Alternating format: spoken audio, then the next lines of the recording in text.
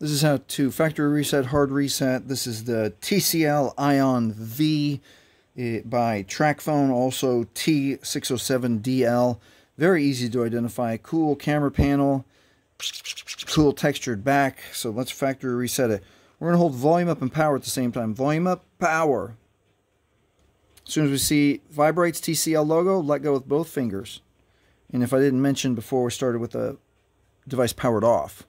Then we just wait a moment and it brings up the Android recovery menu.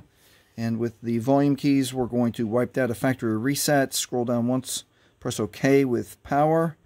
And then one more time, factory data reset, wipe all user data, this cannot be undone. Scroll down once, factory data reset, press OK with power. We'll be able to see that the data wipe is complete. Now it's safe to reboot the system, press OK with power.